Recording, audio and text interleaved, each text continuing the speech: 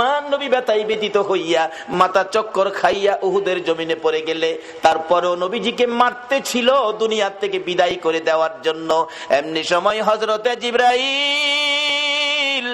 এইভাবে দুইটা হাত বাড়াইয়া আমার আপনার নবীকে কুলে উঠাইছে, তাদের সামনে থেকে টান দিয়ে সরাইয়া নিয়ে আসছে। উহুদ পাহাড়ের মাঝামাঝি নিচ থেকে দেখা যায় না এমন একটা জায়গায় নিয়ে জিবরাইল নবীরে কুলে লইয়া ডাকতেছে, ও উহুদের পাথর, উহুদের পাহাড় রে, দেখ যেই নবী না হইলে তোরা হইতে না, আমি হইতাম না, কুল কায়নাত হইতো না। এই নবীরে মারতে মারতে কি অবস্থা করেছে, নবী বেহুশ, জ্ঞান ফিরে না, একটু বিছানার ব্যবস্থা করে দে, আল্লাহর বন্ধুকে শোয়াইয়া রাখি। জিবরাইল বলেন, এই বলে ডাক দেওয়ার সঙ্গে সঙ্গে দেখি লম্বা একটা পাথর ফাইটা তুলার মতো নরম বিছানা হইয়া যায়। জিবরাইল এই বিছানার মধ্যে আমার আপনার নবীকে শোয়াইয়া মাথার পাশে বসে আছে, নবীজির জ্ঞান ফিরে না। অনেকক্ষণ পর নবীজি দুইটা চোখ খুলছে, ডান দিকে মাথা ফিরাইছে, বাম দিকে ফিরাইছে। জিবরাইল ডাকে, হুজুর আমি জিবরাইল আপনার মাথার পাশে। আমার নবী কান্দে, জিবরাইল আমার সাহাবীরা কই রে, আমার অবস্থা রে, আমার সাহাবীরা কই, আমার মন মানে না।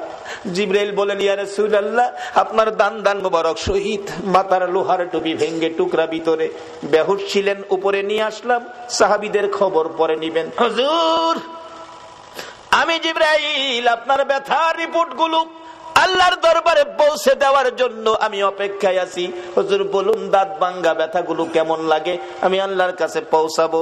হুজুর বলুন মাথা ভাঙ্গা ব্যথা কেমন লাগে, আমি আল্লাহর কাছে পৌঁছাবো। আমার নবী কান্দে, জিবরাইল দাঁত ভাঙ্গা ব্যথা কেমন জিগাইলি, মাথা ভাঙ্গা ব্যথা কেমন জিগাইলি, আমার গুনাহগার উম্মতের ব্যথা কেমন রে জিগাইলি না। জিবরাইল শুনো, দাঁত ভাঙ্গা ব্যথা মাথা ভাঙ্গা ব্যথার চাইতে রে আমার গুনাহগার উম্মতের ব্যথা বেশি। যেই নবী এত ব্যথায় ব্যতীত হওয়ার পরেও নিজের ব্যথা গোপন করে উম্মতের ব্যথা প্রকাশ করে, বলুন এই নবীর কথাগুলো মানা আমাদের দরকার আছে কিনা? মানলে জান্নাতি, না মানলে দুজকি।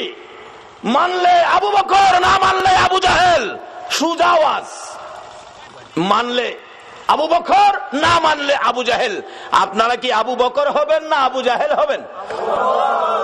আবু বকর হইতে পারলে লাভ হবে না লস হবে?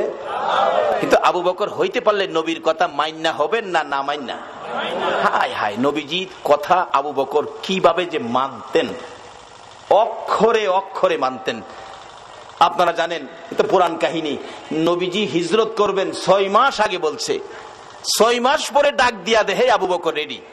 আবু বকর তুমি ঘুমাও নাই হুজুর? 6 মাস আগে যে বলছিলেন তার থেকে 6 মাস পর্যন্ত একটা রাত্রেও আমি বিছানায় পিঠ লাগাই না।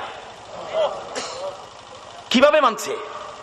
আর আমরা সুদ ছাড়তে পারলাম না, ঘুষ ছাড়তে পারলাম না, মিথ্যা কথা ছাড়তে পারলাম না, মা বাবার সাথে বেঈমানি পারলাম না ছাড়তে, পারলাম না ক্ষেতের লাইল কাটা বন্ধ করতে, পারলাম না চুরি করা বন্ধ করতে, পারলাম না মানুষের সাথে ভালো ব্যবহার দেখাইতে। আল্লাহ বলছে নবীর কথা মানতেন। নবীর কথা মানলে আবু বকর, আপনারা কি সেই নবীর কথা মানতে রাজি আছেন? নবীজির পক্ষ থেকে 2টা চিঠি আপনাদের কাছে আমি রাখতে চাই, 2টা চিঠি নবীর পক্ষ থেকে। আচ্ছা বলুন, নবীর চিঠির দাম আসেনি? বাবা যুবক রে, আজকাল তো দিনে সমাজে দেখছি বন্ধুর সিডি আইলে বন্ধুর সিডি ফাইলে হ্যাঁ রাত্রে দিনে 4 বার করে পড়ে বন্ধুর সিডি, আর বান্ধবী ফাটাইলে তো হ্যাঁ দরজা বন্ধ করে পড়ে। কিন্তু নবী যে এত কষ্ট করে কতগুলো চিঠি আমাদেরকে দিয়ে গেলেন, একদিন তো নবীর সিডিটা কইলা বললেন না। 2টা চিঠি আপনাদের সামনে রাখলাম। একটা হলো কাফাবিল মাউতি ওয়াইজান, উম্মতেরা রে সবচেয়ে একটা ওয়াজ তোমাদের জন্য যথেষ্ট হবে, তোমার মৌতের কথাটা তুমি স্মরণ রাখো। যা কিছু জুড়াইছো, সই সম্পদ, টাকা পয়সা, কোটি কোটি টাকার মালিক, বাগান ভর্তি, বিল্ডিং ভর্তি, মার্কেট বানাইছো, বহুত কিছু রে উম্মত, কিন্তু তুমি যে মরে যাইবা এই খবর কি তোমার আছে? মইরা দেখো তোমার কিছু নাই, তোমার কিচ্ছু নাই। আচ্ছা বলুন, কোটি কোটি টাকার সম্পদ, মরার পরে আপনার কি আছে?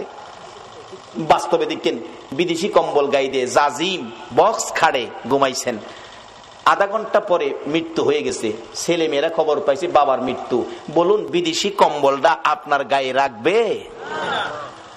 যে জাজিম বক্স খাড়ে ঘুমাইছেন, বলুন রাত্র যতটাই বাজে এই বিছনাটার মধ্যে আপনারে রাখবে কিনা?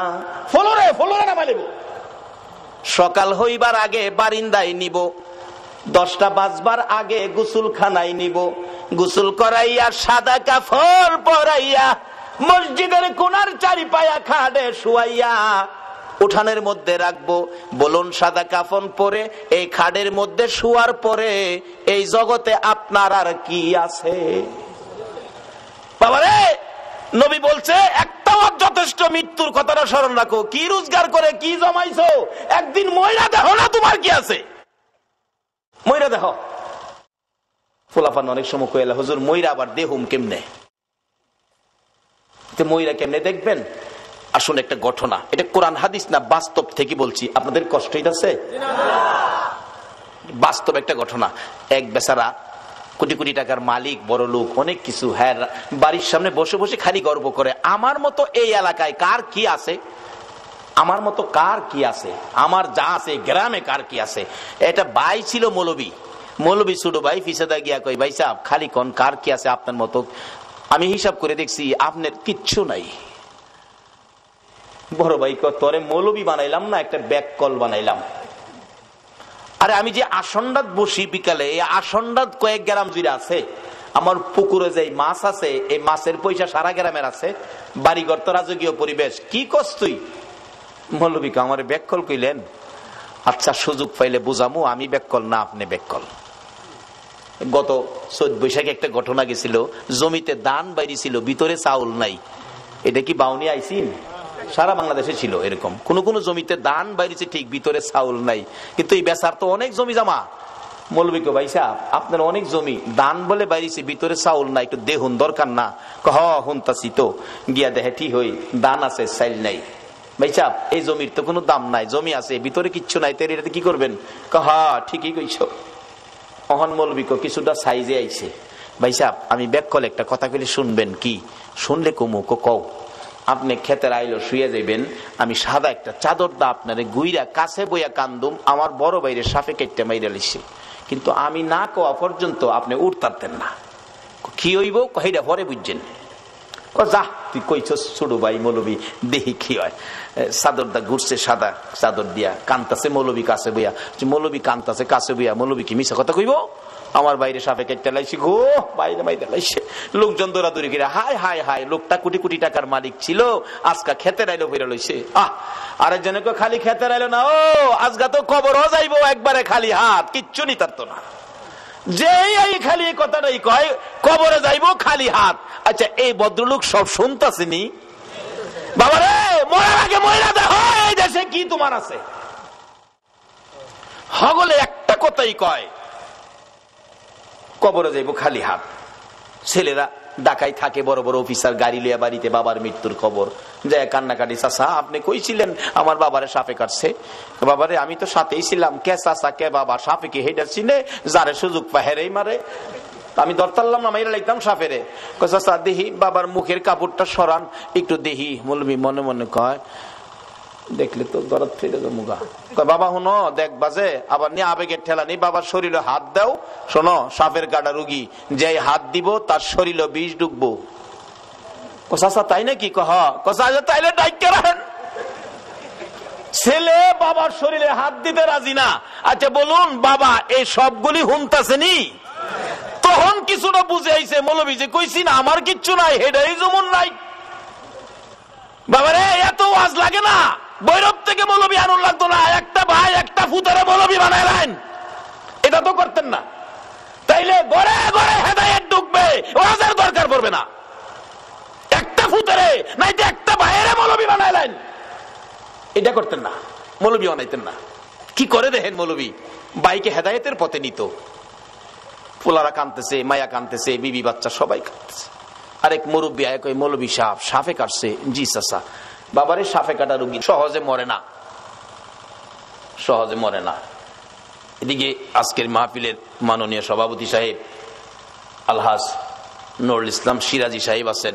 এরকম রুগী আসে তো, সাপে কাটা রুগী সহজে মরে না, বিষ নামাই তাহলে ভালোই যাবো গা। এই মৌলবী কয় বিষ থাকলে নে নামাই, তো সিস্টেম তো করছি, বাইরে হেদায়েতের পথ দেখাইতাম। কথা চাচা আমি নিজেই যাই কবিরাজের কাছে, কবিরাজ সাপ মরছে না। বাই খালি ক আমার কি নাই, আমার মতো কার কি আছে, বাইরে বুঝাইতাম বাইরের যে কিচ্ছু নাই। নবী এই অজডই এই সিরিটাই তো আমরা দিয়া গেছে, কাফা বিল মাউতি ওয়াইজান, একটা ওয়াজ যথেষ্ট। মৃত্যুর কথাটা স্মরণ রাখো, মৃত্যুটাকে কাছে রাখো।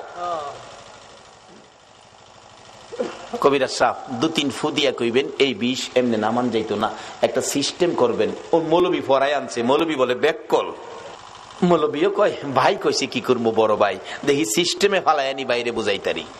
2-3 ফু দিয়া কইবেন এই বিষ নামান যাইতো না, একটা সিস্টেম করবেন আপনি। কবিরাজ সাহেব কি সিস্টেম? এইভাবে এইভাবে এইভাবে এইভাবে করবেন। মৌলবী ফরাই আনছে, কবিরাজ 2-3 ফু দিয়া কয় হাই হাই কত সাপ দেখছি, এই সাপ আর দেখছি না, এটা নামানের বিষ না। পোলারা ধরছে, বাবা আমার বাবারে ভালো করেন, কোটি কোটি টাকার সম্পদ, কি করব আমরা সম্পদ দিয়ে, ভালো করেন। কবিরাজ কইতেছে বাবারে সম্পদ দিয়ে কি মৃত মানুষ ভালো করা যায়? তবে একটা সিস্টেম, ওই যে মৌলবী ফরাই আনছে। কি?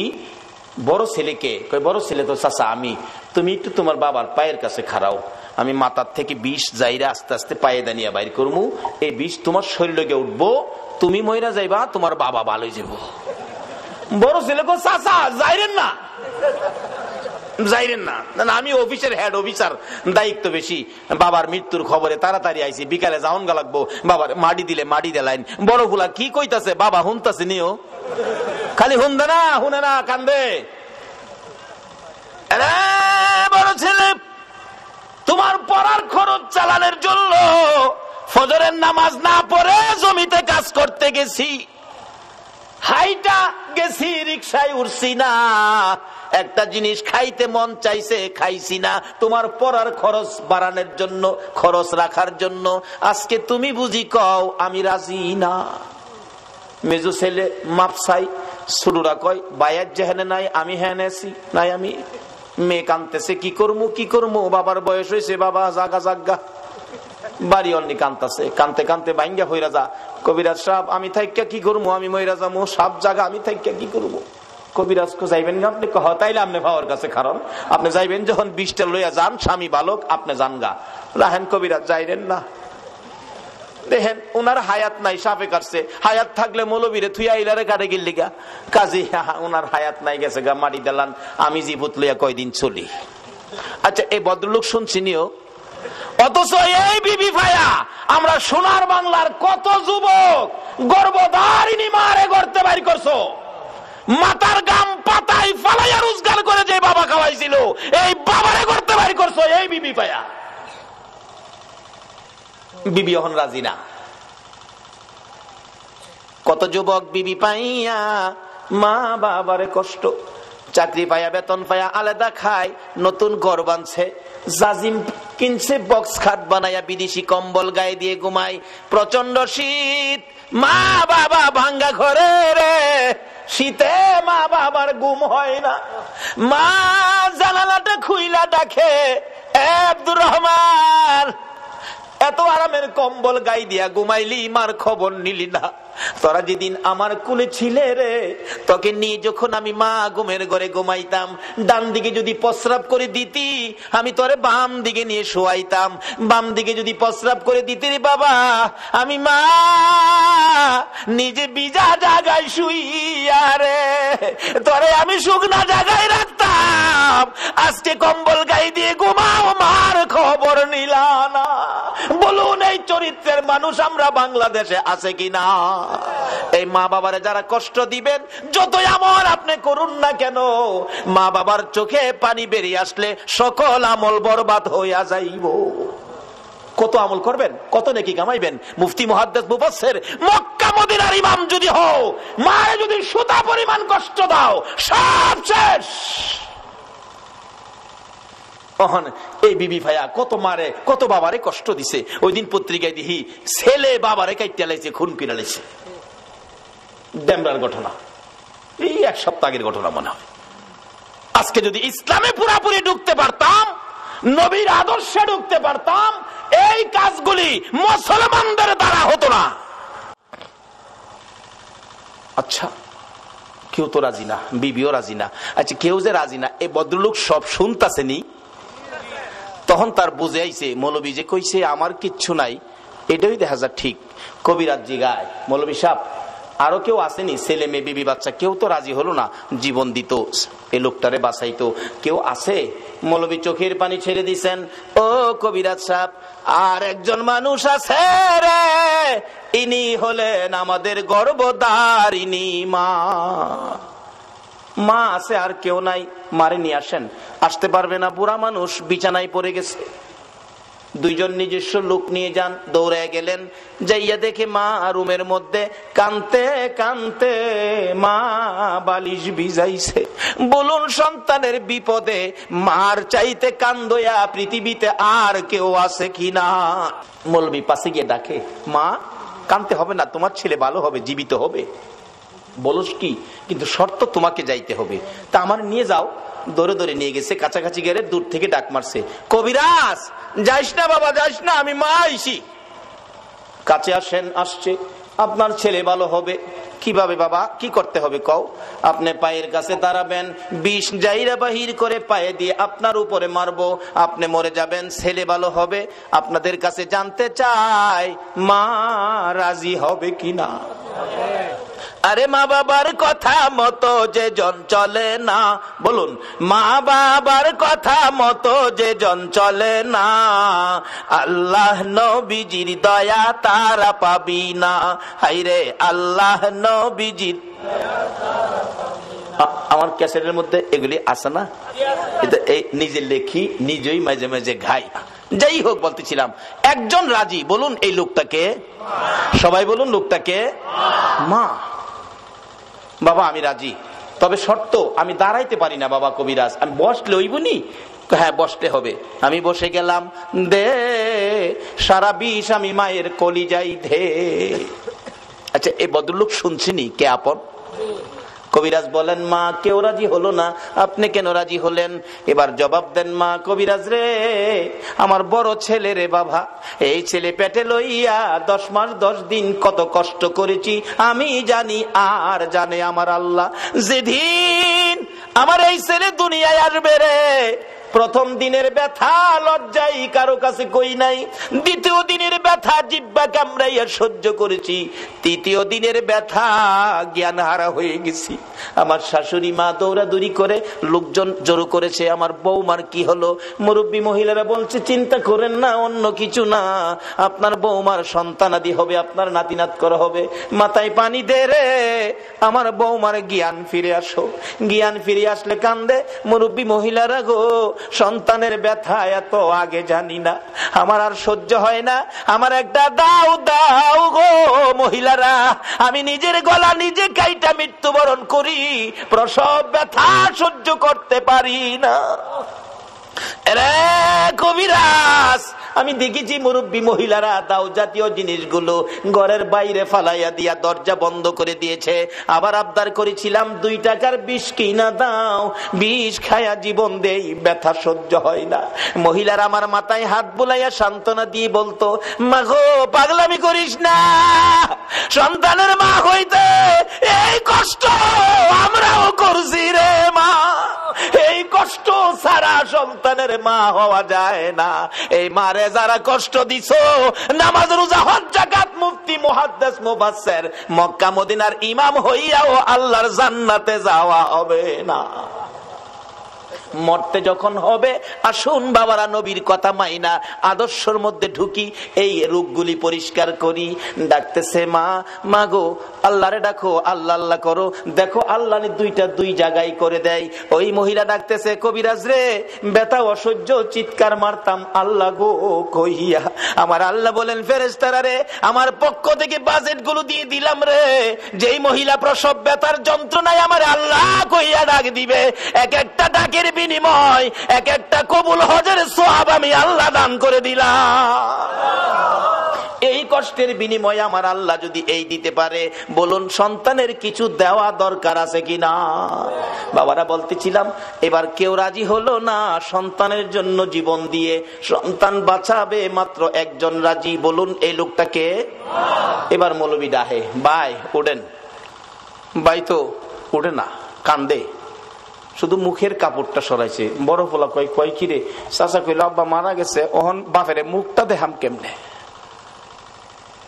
ওহন বাবাও কেউর দিকে চায় না, খালি মার দিকে চায়। মা গো মা, এই জগতে আপন থাকলে তুমি আছো। মা দৌড়াইয়া যাইয়া সন্তানের বুকে জড়াইছে, বাবা গো তুমি জীবিত, আমি মায়ের কলিজা ঠান্ডা করেছো। বলুন এই জগতে কিছু আপন পাইলে কাকে পাওয়া গেছে? এটা আমার নবী তো বানাইছে। নবী বলেছে, উম্মতেরা রে, তোর মায়ের পায়ের নিচে তোমার জান্নাত। এবার মৌলবী কয়, ভাই সাহেব এবার কোন এই জগতে আপনার কি আছে? ভাই কান্দে আর কয়, মৌলবী রে এইভাবে আমার পথ দেখাবি আমি আগে জানি না। বাবারে একটা ভাই মৌলবী বানান, একটা ছেলে মৌলবী বানান, মরতে হবে। মরার আগে মইরা দেখেন এই জগতে আপনার কি আছে। সব পর কিছু আপন থাকলে মা, মা আপন থাকার কারণ নবী আপনত্ব করে গেলেন, মার পায়ের নিচে জান্নাতের সম্পর্ক করে দিলেন। সকলে বলুন আমিন। বাবারা ভাইয়েরা, এবার বড় ভাই কান্দে, মৌলবী রে নাই আমার কিচ্ছু নাই, আমার কিচ্ছু নাই, আমার কিচ্ছু নাই, শুধু একমাত্র কিছু থাকলে মা। কত চলেন বাড়ির যাই, না বাড়ির গিয়ে কি করবো? তো অহন কান্দেন কেরে? বড় ভাই কান্দে আর ডাকে, গুনার বোঝা মাথায় লইয়া কান্দেছি, মাফ করে দাও মাবুদ আল্লাহ এলাহি। বাবারা দুইটা চিঠি নবীর পক্ষ থেকে আপনাদের কাছে দেওয়ার কথা। একটা চিঠি হলো কাফা বিল মাউতি ওয়াইজান, মৃত্যুটাকে স্মরণ রাখো, যথেষ্ট ওয়াজের দরকার নাই। আরেকটা চিঠি হলো আমার নবী আপনাদের উদ্দেশ্যে দিয়েছে, আদ-দুনিয়া ও মাজরাতুল আখিরা, দুনিয়াটা হলো আখিরাতের বাজার। আমি আপনাদের কাছে জানতে চাই, নবীর চিঠি মাফিক, নবীর চিঠি হিসাব করে আখিরাতের জন্য কে কি বাজার করেছেন, কে কি রোজগার করেছেন? আমার নবী যেদিন বলেছে দুনিয়া আখিরাতের বাজার, সাহাবীরা জড়ো হইয়া প্রশ্ন করে, নবী গো আমরা কিভাবে বাজার করলে লাভবান হব? আমার নবী সাথে সাথে আরেকটা চিঠি সামনে পেশ করে দিলেন, সাহাবীরা রে, আসসালাতু মিফতাহুল জান্নাহ, এই নামাজ ধরো, নামাজটা তোমাদের আখিরাতের জন্য জান্নাতের চাবি হিসাবে পাবি। লম্বা ঘটনার সংক্ষেপ করে দিলাম। নবীর কথা যারা মানে গো, দেখুন না নবীর সাহাবীর জীবনী, যার নাম কিতাবে লেখে হযরত আব্দুল্লাহ আনসারী, দৌড়ায় বাড়িতে গেছে, বিবি গো ও বিবি, নবী বলেছেন নামাজ বলে জান্নাতের চাবি, বল নামাজ পড়বে নি, নামাজ আদায় করবে নি? বিবি একটা চিৎকার মারছে, স্বামী নবী যদি বলে থাকে, আল্লাহু আকবার বলো, কে বলে থাকে? কে?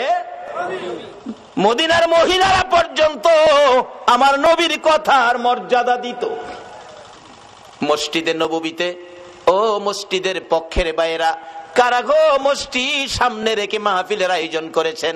মসজিদে নববীতে যখন জামাতের সময় হইতো, আব্দুল্লাহ আনসারী ওই একটা কাপড় নিজের পরনে লাগাইয়া ঘরের ভিতরে গর্ত করেছে, গর্তের মধ্যে বিবিকে উলঙ্গ করে বসাইয়া দরজা বন্ধ করে মসজিদে নববীতে যাইয়া পিছনের কাতারে নামাজে শরীক হইয়া, নামাজ যখন শেষ হয়ে যাইতো দৌড়াইয়া বাড়ির দিকে যাইয়া কাপড় খুলে বিবিরে দিত, নিজে গর্তের ভিতরে বসতো, বিবি নামাজ আদায় করত। এইভাবে দুইজনে মিলে এক কাপড়ে নামাজ পড়ে, কোনদিন নামাজ ছাড়ে না। আর আমরার ঘরে সুকেশ ভর্তি কাপড়, আমরা নামাজ পড়ি না। সাহাবীরা কিছু গুনগুন করে, আব্দুল্লাহ আনসারী কিসের নামাজ পড়ে? দৌড়ায় আসে, দৌড়ায় যায়, বুঝি না কি নামাজ পড়ে।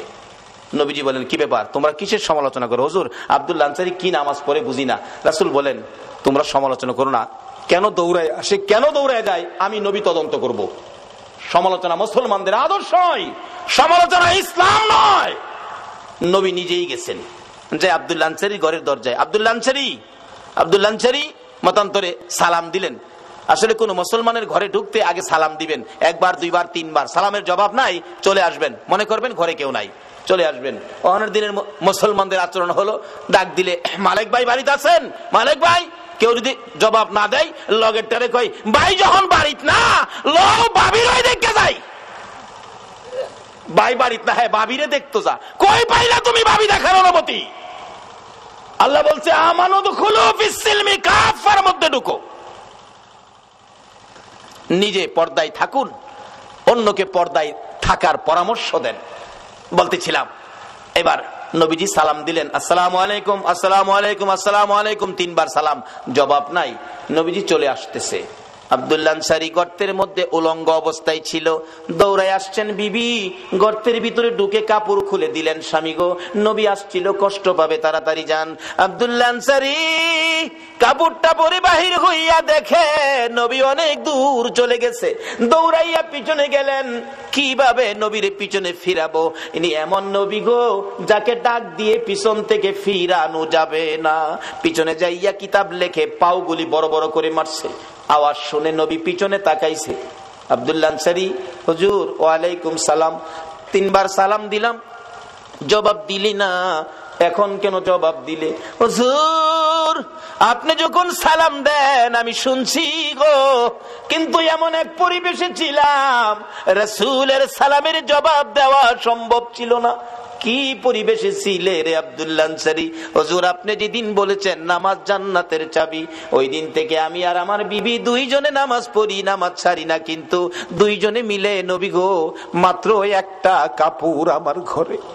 মসজিদে নববীতে যখন জামাতের সময় হয়, ও মসজিদওয়ালারা কারা এই মসজিদের পক্ষ থেকে মাহফিলের আয়োজন করেছো, আমার নবী মসজিদের জামাতের কত গুরুত্ব দিয়েছে। হুজুর মসজিদের জামাতের সময় হলে আমি আব্দুল্লাহ আনসারী ঘরের ভিতরে গর্ত করছি, বিবিরে উলঙ্গ করে বসাইয়া দরজা বন্ধ করে কাপড়টা পরে আমি মসজিদে যাই, নামাজ শেষ হয়ে দৌড়াই আসি, বিবিরে কাপড় দিয়ে আমি গর্তের মধ্যে বসে থাকি, এইভাবে দুইজনে মিলে নামাজ পড়ি এক কাপড়ে। হুজুর কোনদিন নামাজ ছাড়ি না।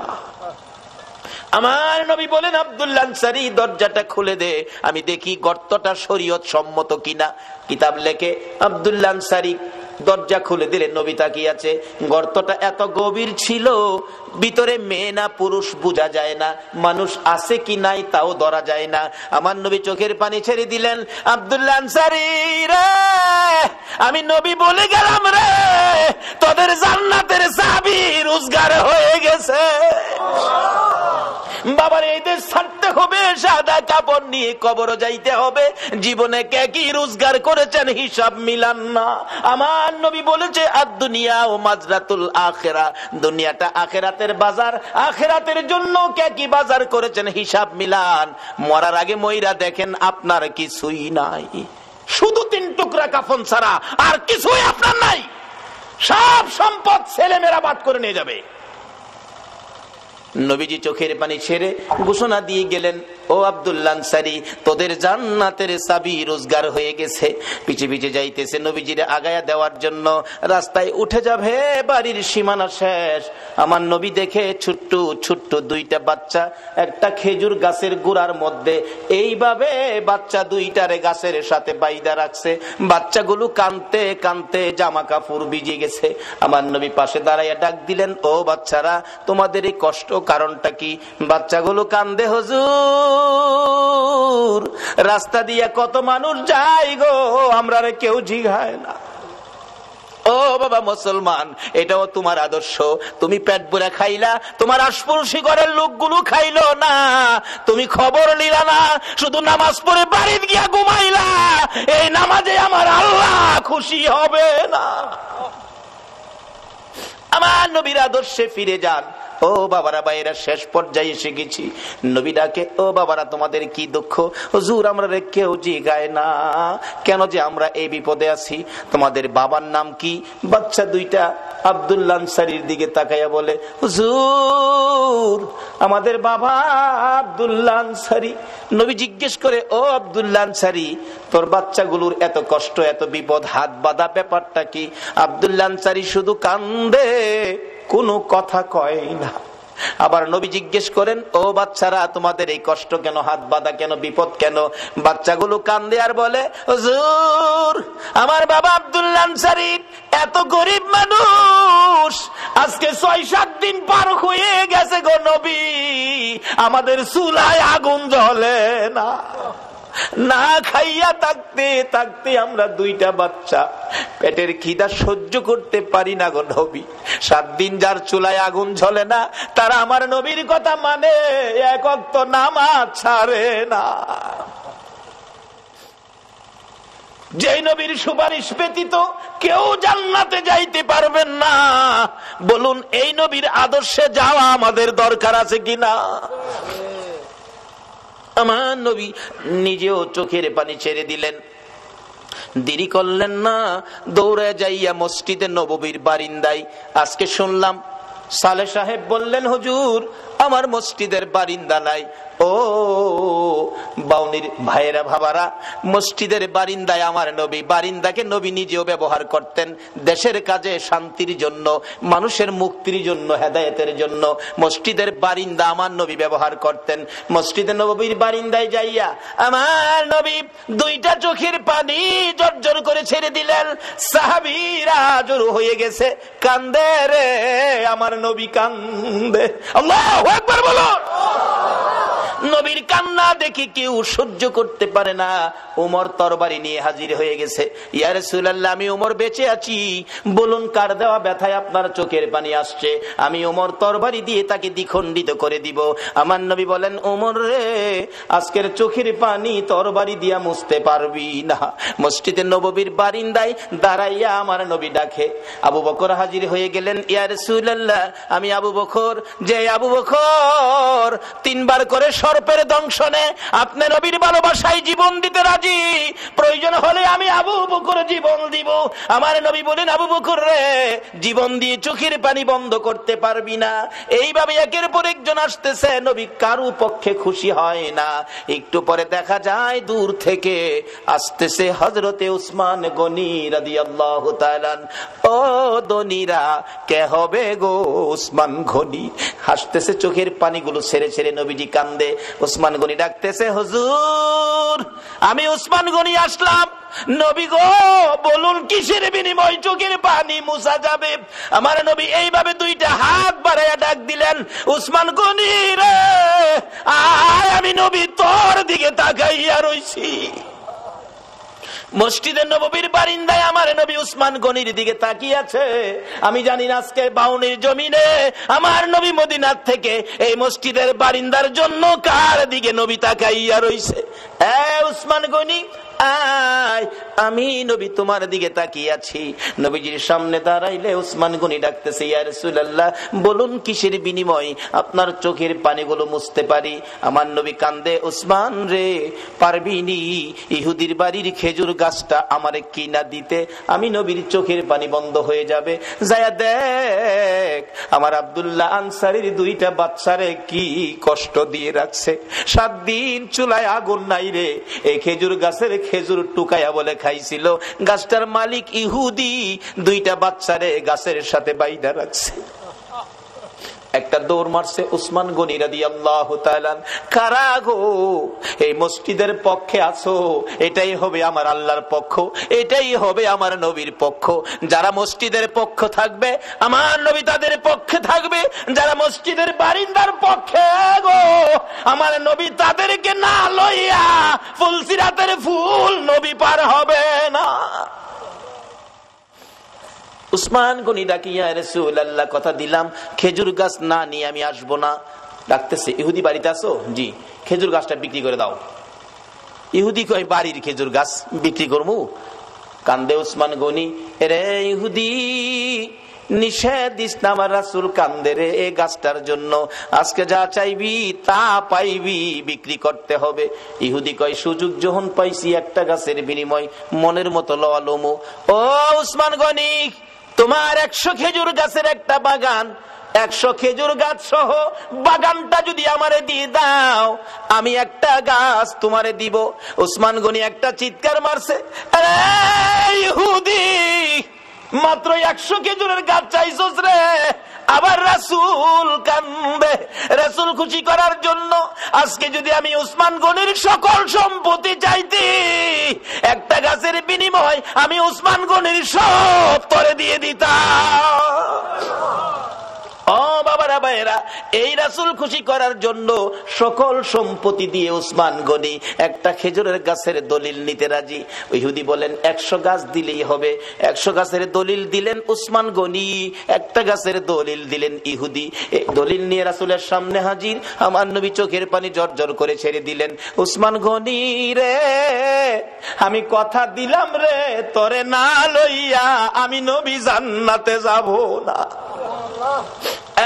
বাবারা ভাইয়েরা, এই নবীর কথা কার কাছে ভালো লাগে? কে নবীর পক্ষে থাকতে রাজি? মসজিদ আল্লাহ খুশির ঘর, মসজিদ আল্লাহ পাওয়ার ঘর, মসজিদ জান্নাত পাওয়ার ঘর, মসজিদ গুনাহ মাফের ঘর।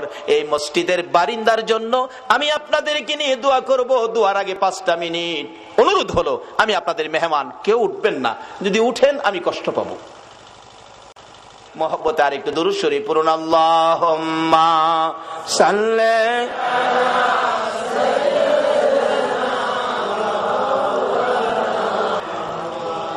ওয়ালা আলি সাইয়্যিদিনা মাওলানা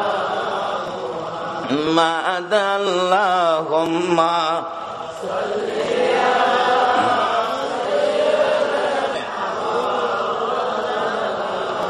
মুহাম্মদ ওয়ালা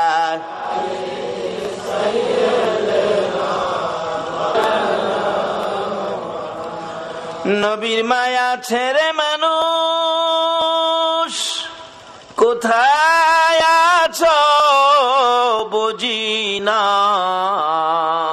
তোমার মায়ায় কান্দে নবী, তোমার মায়ায় কান্দে নবী, শুয়ে সোনার মদিনা।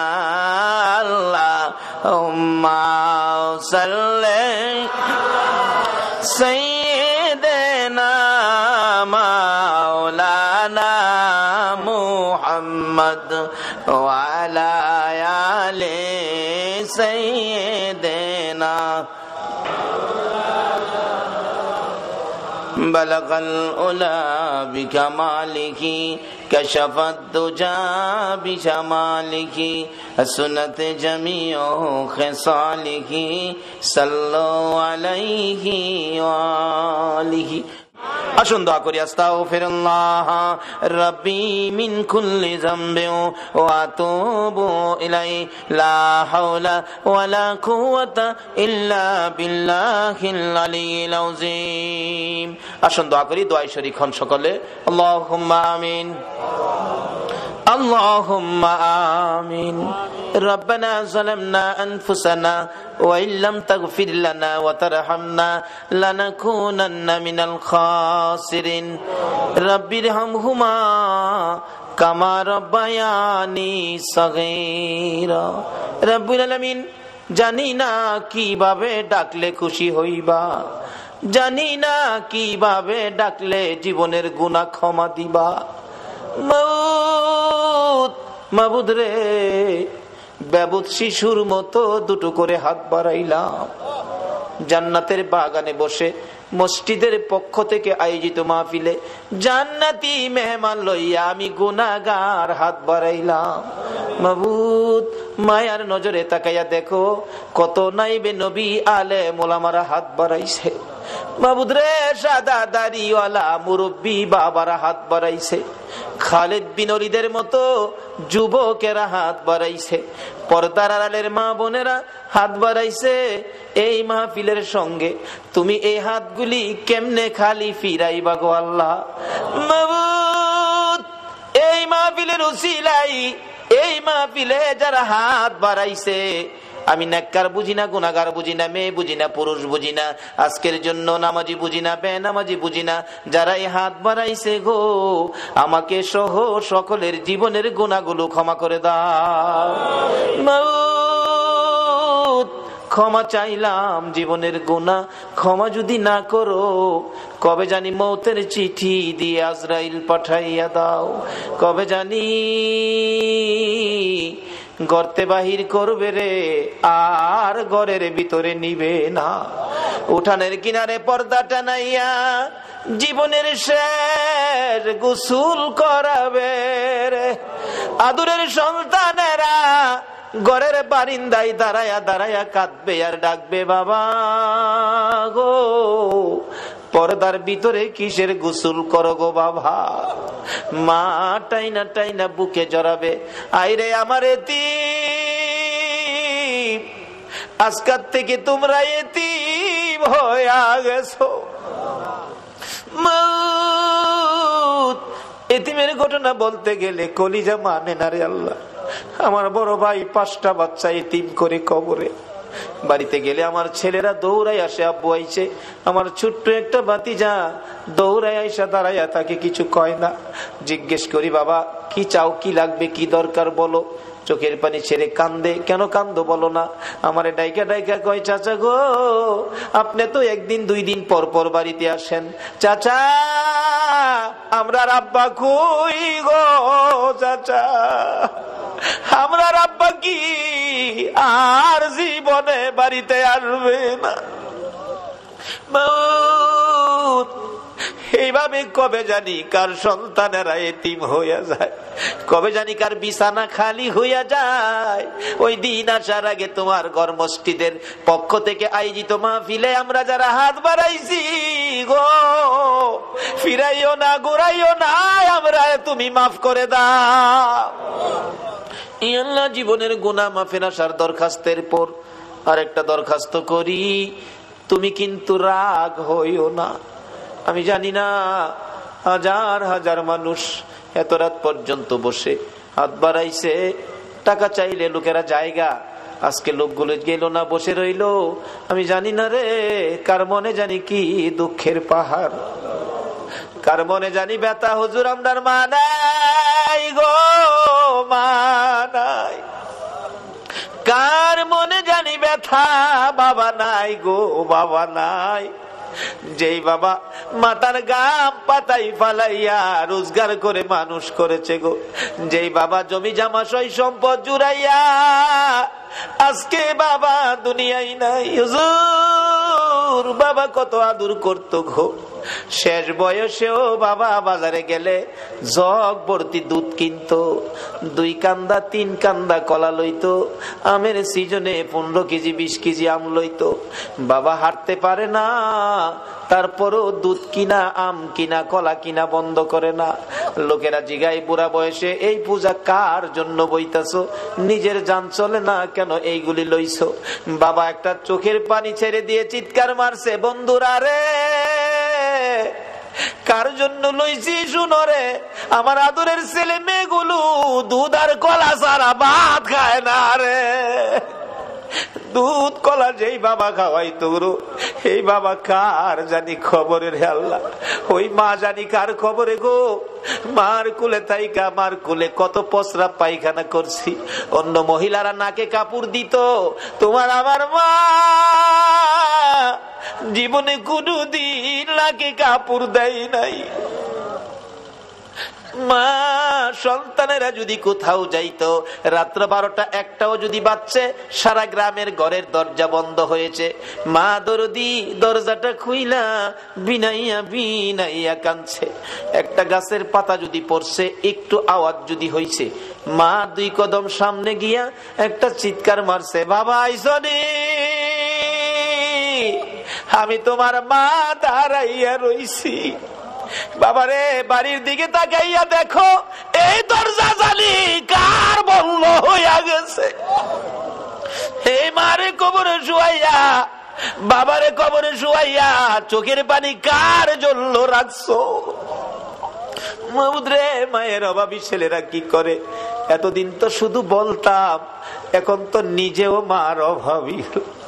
একটা মায়ের অভাবী ছেলে বিদেশ থাকে, সপ্তাহ সপ্তাহ টেলিফোন করে, মা মা তুমি কেমন আছো, আমারে জানাইও। মা কই, বাবা বিদেশ গেছো টাকার জন্য, সপ্তাহ সপ্তাহ টেলিফোন করে টাকা নষ্ট করলে কেমনে হইব? টাকা চিনো রে বাবা, টাকা চিনো। ছেলেটা টেলিফোন করে বলতেছে, মা মা গো, আমার বাধা দিও না গো মা, আমি টাকা চিনি না, আমি চিনি আমার দরদি মা। সপ্তাহ সপ্তাহ টেলিফোন। হঠাৎ করে মা স্ট্রোক করে মারা গেছে। এলাকার লোকজন কয়, ছেলেটারে মৃত্যুর খবরটা দিও না, দিলে আত্মহত্যা করবে। একদিন এক রাত, 2 দিন 2 রাত, 3 দিন 3 রাত, যেদিন পার হয়ে যায়, ওই বিদেশের মাটির থেকে ছেলে স্বপ্নে দেখে মা ডাকতেছে, রে মন্নান, টেলিফোন কার কাছে করবি রে? মা কইয়া কারে ডাকবি রে বাবা? আমি তোর মা, কবরে চলে গেছি, আর আমারে পাইবি না। আইলি না, আমারে মা কইয়া ডাকলি না, মার দেখা আর জীবনে হবে না। ঘুম থেকে উঠে মা মা কইয়া কাঁদতেছে। বন্ধুরা বলেন, কি হলো তোমার? আমি স্বপ্নে দেখেছি মা নাই, দেশে থাক, দেশে আর চাকরি করব না, দেশে চলে যাব। সকালবেলা টেলিফোন করছে, বড় ভাই টেলিফোন ধরে, মন্নান, সপ্তাহ হইলে টেলিফোন করবি, আজকে কেন টেলিফোন করলি? ভাই, আমি স্বপ্নে দেখেছি আমার মা নাই গো। ভাই, আগে সত্য করে কও, আমার মায়ের খবর কি? খবর যদি না কও, আমি কালকেই বাড়িতে চলে আসব। মায়ের কাছে দাও, মায়ের সাথে কথা বলবো। মার কাছে যদি টেলিফোন না দাও, আমি কিন্তু কালকে বাড়িতে চলে আসব। বড় ভাই টেলিফোন ফালাইয়া একটা দূর মায়েরা মায়ের খবরের পাশে, মা মা গো, তোমার পাগল খবর পাইছে গো, কালকে বলে বাড়িতে আইব। বড় ভাই সকালবেলা মাইক্রো ভাড়া করেছে, বুড়া বাবা পিছে পিছে ডাকতেছে, আমারে সঙ্গী করি লইয়া যা রে, মায়ের পাগল রে কে থামাইব।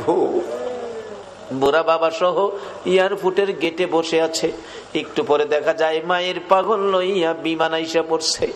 বুড়া বাবা গেটে দাঁড়ায়া দাঁড়ায়া কান্দে, মামুদ, আমার মন্নানরা আমি কি দিয়া বুঝাইব? মালামাল সহ গেট পার হইয়া দৌড়ে বড় ভাইয়ের গলায় ধরছে, ভাই ভাই, আমার মা আইছে গাড়িতে, মা আছে ভাই। ভাই শুধু কান্দে, ভাই গো, আমি স্বপ্নে দেখেছি আমার মা মারা গেছে, তুমি কান্দো, ব্যাপার কি কও না গো ভাই। ভাই কিছু কয় না, শুধু কান্দে আর কান্দে। দৌড়ে বাবার পায়ে পড়ে গেছে, বাবা বাবা, আমি স্বপ্নে দেখেছি মা নাই, তাড়াতাড়ি চলে আসছি, ব্যাপার কি, খবর কি কও না। বাবা ধৈর্যের সহিত বলতেছে, মন্নান আয় গাড়িতে, বাড়িতে যায় দেখবি তোর মা কেমন আছে। গাড়ি টান দিলে একটু পরে বলতেছে, মন্নান, বাবা গো, মা মরে গেছে, স্বপ্নে দেখে চলে আসছি, কিছু আনতে পারি নাই, শুধু মায়ের জন্য একটা স্বর্ণের চেন আনছি গো বাবা, এই চেনটা তুমি মার কাছে বুঝাইও। বাবা কান্দে, বাবু এই চেন আমি কার হাতে দিব? মন্নান রে, এই চেনটা তোর কাছে রাখ, তুই তোর মার হাতে বুঝাইয়া দিস। বাড়ির কাছাকাছি মাইক্রো গেলে দূর থেকে মন্নান তাকাইয়া দেখে বাড়ির গেটের সামনে রে শত শত মহিলারা কান্দে, একজন আরেকজনকে ডাকতেছে, দেখা যায় মায়ের পাগল আইসা পড়ছে। মন্নান বারবার জিজ্ঞেস করে, বড় ভাই এত মহিলা কান্দে, ব্যাপার কি, কি হয়েছে নতুন করে? কিন্তু বড় ভাই গো, এত মহিলা কান্দে, আমার মারে তো দেখা যায় না। বড় ভাই আর কথা কয় না। গাড়িটা থামলে দরজাটা খুলছে। মন্নান তাকায়া তাকায়া দেখে মা কই, মারে দেখা যায় না। অন্য মহিলারা গাড়ি ঘেরাও করে ডাকে, মন্নান আইসো, মা কইয়া কারে ডাকবি রে? মন্নান গাড়ির থেকে নাইমা দরজাটা খুলে গেটে দাঁড়াই একটা চিৎকার মেরে ডাক মারছে, মা মা মা, তোমার পাগল আইছে গো মা। কে দিবে ডাপের ডাকের জবাব? দৌড়াইয়া বাড়ির ভিতরে ঢুকছে। যেই রুমে মা থাকতো, রুমের দরজায় ডাকতেছে, মা তুমি কি অসুস্থ, কেন দরজা খুলো না? ধাক্কা দিয়ে দরজাটা খুইলা দেখে রে মায়ের বিছানা চিরতরে খালি। মার বিছানা কালি বালাইয়া কে জানি হাত বাড়াইয়া কান্দে রে আল্লাহ। বাবার বিছানা খালি, কে জানি হাত বাড়াইয়া কান্দে। এই চোখের পানি দেখলে তোমার মায়া লাগেনি, তোমার দয়া লাগেনি? আর দেরি করো না, এই মুহূর্তে ওই সকল মা বাবার কবর গুলো জান্নাতের বাগান বানাইয়া দাও। আল্লাহ গো, মা বাবা যার দুনিয়াতে আছে হায়াত বাড়িয়ে দাও। মা বাবা কেমন জিনিস বুঝার তৌফিক ছেলে মেয়েদেরকে দান করে দাও। আল্লাহ দাদা দাদি নানা নানি শ্বশুর শাশুড়ি আলিয়া ওলাদ বংশধর ময় মুরব্বী পাড়া প্রতিবেশী খানদানবাসী মহব্বতী, খাস করে বাউনির জমিনের নিচে, এলাকার জমিনের নিচে, তামাম পৃথিবীর জমিনের নিচে যত মোমেন মোমেনাত ঘুমিয়ে আছে সকলের কবর জান্নাতের বাগান বানায়া দাও। আল্লাহ কাজ করে এই মসজিদের পক্ষ থেকে এই মাহফিলের আয়োজন যারা করেছে, মাহফিলে যারা সাহায্য সহযোগিতা করেছে, দূর দূরান্ত থেকে যারা মাহফিলে আসছে, সকলের বংশধর মই মুরব্বী যারা কবরে মাফ করে দাও। মাবুদ, আমাদের মধ্যে যারা অভাবী অভাব দূর করে দাও, আমাদের মধ্যে যারা বিমারি বিমার শেফা করে দাও, যারা ঋণগ্রস্ত আছে ঋণ থেকে উদ্ধার করে দাও, যারা বিপদে আছে বিপদ থেকে মুক্ত করে দাও, যারা নামাজি নামাজ কবুল করে লও, যারা নামাজ পড়ে না নামাজের বুঝ দান করে দাও, যারা ব্যবসা করে ব্যবসায় বরকত দাও, যারা চাকরি করে পদোন্নতি দান করে দাও, যারা গৃহস্থী করে জমির ফসলে বরকত দাও, যারা বিদেশ থাকে অনেক বিদেশি ভাইদের বাবা দুয়ার দরখাস্ত করছে গো আল্লাহ, বিদেশি সকল ভাইদেরকে তুমি হেফাজতে রাখো গো আল্লাহ। যারা বিদেশ যাবে মনের আশা পুরা করে দাও গো আল্লাহ। পরীক্ষার্থীরা দোয়া চাইছেন, আল্লাহ গো মা বাবার মনে বড় আশা গো, ছেলেটা পাশ করে বাড়িতে ফিরে আসবে। আল্লাহ গো সকল পরীক্ষার্থীদের মা বাবার কলিজা ঠান্ডা করে দিও গো আল্লাহ। আল্লাহ সকল পরীক্ষার্থীদেরকে কামিয়াবি দান করে দিও গো আল্লাহ। যাদেরকে ছেলে মেয়ে দিয়েছো ছেলে মেয়েদেরকে নেক হায়াত দাও, অকালে মৃত্যু দিও না, মা বাবার কলিজায় আগুন জ্বালাইও না, ছেলে মেয়েদের মুখে এতিমের দাগ লাগাইও না, ছেলে মেয়েদের মা বাবার হায়াত বাড়াইয়া দাও। মাবুদ, জনাব বাদল ভাই খুশি হলাম, কত টাকা দান করলো, 1 কেজি লবণও চাইলো না, তোমার নবীর ভালোবাসা চাইলো। মাবুদ গো, বাদল ভাইয়ের মনের সকল আশা তুমি পুরা করে দাও। এইভাবে আরো যারা দান করেছে, যাই যেই নিয়তে দান করেছে, সকলের মনের আশা পুরা করে দাও গো আল্লাহ। মাবুদ গো, এই পর্যন্ত যারা কষ্ট করে তোমার নবীর আলোচনা শুনেছে, কোরআনের আলোচনা শুনেছে, সকলকে তুমি দয়ার নবী মায়ার নবীর স্বপ্নের দিদার দেখাইয়া দাও। মাবুদ রে, মাহফিল শেষে যারা যেখানে যাবে গো সহি সালামতে পৌঁছাইয়া দাও। যতগুলো দরখাস্ত করলাম মাহফিলের উসিলাই, দুরুদের উসিলাই, জিকিরের উসিলাই, সবগুলো তুমি কবুল আর মঞ্জুর করো গো আল্লাহ।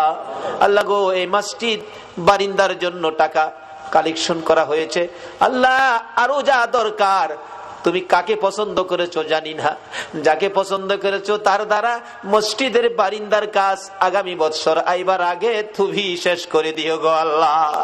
যাদের দ্বারা মসজিদের কাজ হবে শেষ হবে, সকলকে তুমি তোমার ঘরখানায় কাবা তোয়াফ করাইও গো আল্লাহ। তোমার বন্ধুর রওজা জিয়ারতের তৌফিক দিও গো আল্লাহ। রব্বানা তাকাব্বাল মিন্না ইন্নাকা আনতাস সামিউল আলিম ওয়া তুব আলাইনা ইয়া মাওলানা ইন্নাকা আনতাত তাওয়াবুর রহিম। ওয়া সাল্লাল্লাহু তাআলা আলা খায়রি খালকিহি মুহাম্মাদিন ওয়া আলা আলিহি ওয়া আসহাবিহি আজমাইন বিহাক্কি লা ইলাহা ইল্লাল্লাহু মুহাম্মাদুর রাসূল সাল্লাল্লাহু আলাইহি ওয়াসাল্লাম। أعوذ بالله من الشيطان الرجيم. بسم الله الرحمن الرحيم. ذلك الذي يبشر الله عباده الذين آمنوا وعملوا الصالحات. قل لا أسألكم عليه أجرا إلا المودة في القربى ومن يقترف حسنة نزد له فيها حسنا إن الله غفور شكور صدق الله العظيم